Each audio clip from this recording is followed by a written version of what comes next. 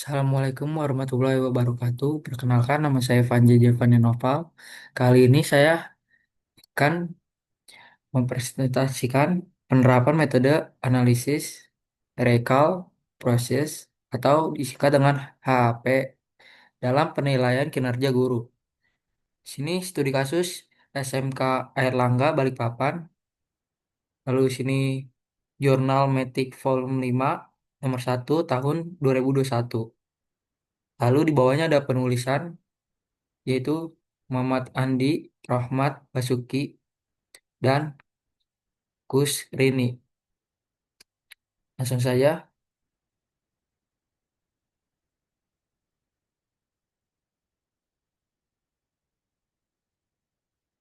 sini ada latar belakang. Latar belakangnya adalah guru memiliki peran strategis dalam menentukan kualitas pendidikan. Lalu yang kedua ada penilaian kinerja guru seharusnya tidak hanya bersifat administratif, tetapi juga menjadi sarana evaluasi dan peningkatan kualitas.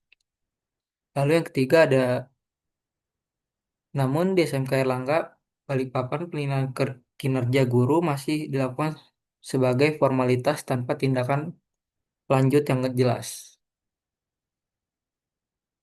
Permasalahan yang dihadapi adalah penilaian kinerja dilakukan secara manual. Tidak ada sistem yang terkomputerisasi. Lalu yang ketiga, hasil penilaian kurang rinci dan sulit dianalisis. Dan yang keempat, tingkat subjektivitas cukup tinggi. Lalu yang kelima, berpotensi menimbulkan kecemburuan sosial antar guru. Solusi yang ditawarkan yaitu ada diperlakukan sistem pendukung keputusan atau SPK. Yang pertama itu ada objektif dan transparan, mampu mengolah banyak kriteria. Lalu yang ketiga, menghasilkan peringkat kinerja guru. Yang keempat, metode analytical Kelly proses atau HP dipilih karena mampu menangani permasalahan mu- multi kriteria. Lalu di sini ada tujuan penelitian. Yang pertama ada mengidentifikasi kriteria dan sub kriteria penilaian kinerja guru. Lalu yang kedua menentukan bobot kepentingan setiap kriteria menggunakan AHP. Lalu yang ketiga ada merancang dan membangun aplikasi SPK berbasis web. Lalu yang terakhir membantu kepala sekolah dalam mengambil keputusan secara objektif. Di sini selanjutnya ada metodologi penelitian. Metodologi yang digunakan dalam penelitian ini adalah di sini ada yang pertama ada SDLC, lalu AHP, lalu yang ketiga ada rating scale untuk penilaian guru, yang keempat ada pendekatan ini memastikan sistem membangun secara sistematis dan struktur. Lalu di sini ada SDLC. Tahapan SDLC yang digunakan meliputi yang pertama ada analisis kebutuhan sistem, yang kedua ada perancangan sistem, yang ketiga ada implementasi sistem, yang keempat yaitu pengujian sistem, yang kelima pemeliharaan sistem.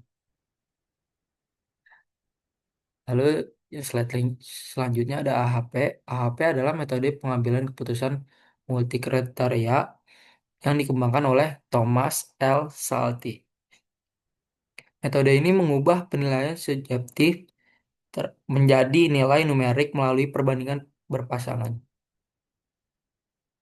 Tahapan metode AHP. Yang pertama menentukan tujuan keputusan. Yang kedua menyusun struktur hierarki. Lalu yang ketiga melakukan perbandingan berpasangan. Yang keempat menghitung bobot prioritas. Yang kelima menguji konsistensi. Lalu yang slide berikutnya ada struktur hierarki penilaian. Yang level satu tujuan penilaian kinerja guru. Yang level 2 standar kualifikasi akademi dan kompetensi guru. Lalu yang ketiga ada kompetensi Gomez. Lalu yang level keempat breakdown sub kriteria penilaian. Dan ini untuk tabelnya seperti ini. Dan ini untuk kriteria utama level 2. Keempat kriteria utama digunakan. Yang pertama ada kompetensi pedagodik, gogik. Lalu yang kedua ada kompetensi profesional. Ketiga ada kompetensi kepribadian. Yang keempat ada kompetensi sosial. Lalu kriteria ini mengacu pada standar Mekendikbud. Dan yang level 3 itu subkriteria atau kompetensi Gomez. 8 subkriteria kinerja guru. Yang pertama itu ada kualitas kinerja, lalu yang kedua ada kualitas kerja, yang ketiga pengetahuan, yang keempat kreativitas, yang kelima kerjasama, yang keenam keandalan, yang ketujuh inisiatif, yang terakhir kuali, kualitas personal. Lalu di sini ada hasil pembobotan kriteria. Hasil perhitungan AHP menunjukkan kompetensi profesional yaitu 51%. Lalu yang kedua, kompetensi kepribadian 27%. Lalu yang ketiga, sosial itu 12%. Yang keempat, pedagogik 10%. Artinya kompetensi profesional menjadi faktor paling dominan. Dan ini untuk hasil pembobotan kriteria dan subkriteria. Yang kriteria ini hasil perhitungan AHP menunjukkan kompetensi profesional itu 51%, kepribadian 27%, lalu yang sosial 12%, yang pedagogik 10%. Urutan bobot sub kriteria. Yang sampingnya ini ada urutan bobot sub kriteria adalah pengetahuan 0,21, lalu yang keandalan 0,00, lalu yang di sini ada kualitas personal 0,175, lalu yang bawahnya ada kerjasama yaitu ada sekitar 0,115, lalu yang bawahnya inisiatif yaitu 0,093, lalu yang bawahnya ada kualitas itu ada 0,071, lalu yang bawahnya lagi ada kreativitas 0,054, dan yang terakhir kuantitas 0,050. Dan ini untuk perhitungan bobot kriteria pada level 1. Ini yang AHP, lalu gambar perhitungan bobot sub kriteria ini kurang lebih diagramnya seperti ini. Dan selanjutnya ada uji, uji konsistensi AHP.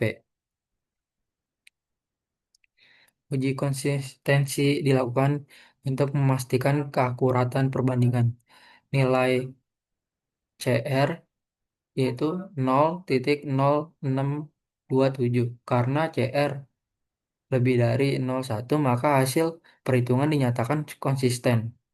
Dan untuk caranya seperti ini.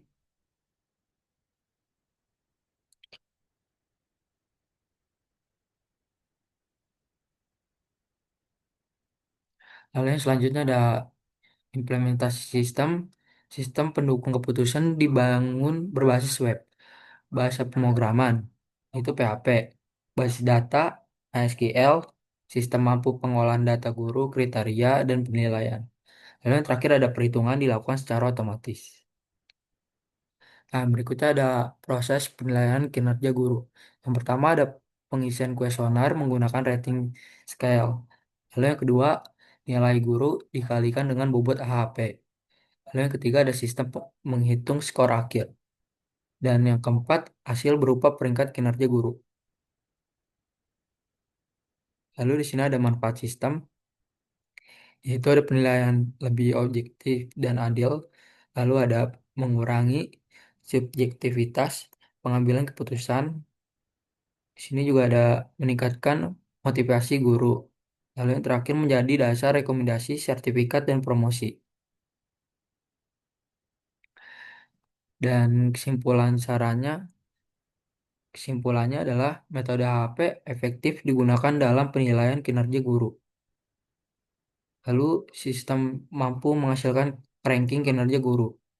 Lalu yang ketiga membantu kepala sekolah dalam mengambil keputusan. Yang keempat, sistem layak diterapkan di lingkungan sekolah. Dan untuk sarannya adalah sistem dapat dikembangkan dengan metode lain, dapat diterapkan di sekolah lain. Lalu yang terakhir menambahkan fitur grafik dan laporan otomatis. Dan kurang lebihnya mohon maaf jika ada salah-salah. Assalamualaikum warahmatullahi wabarakatuh.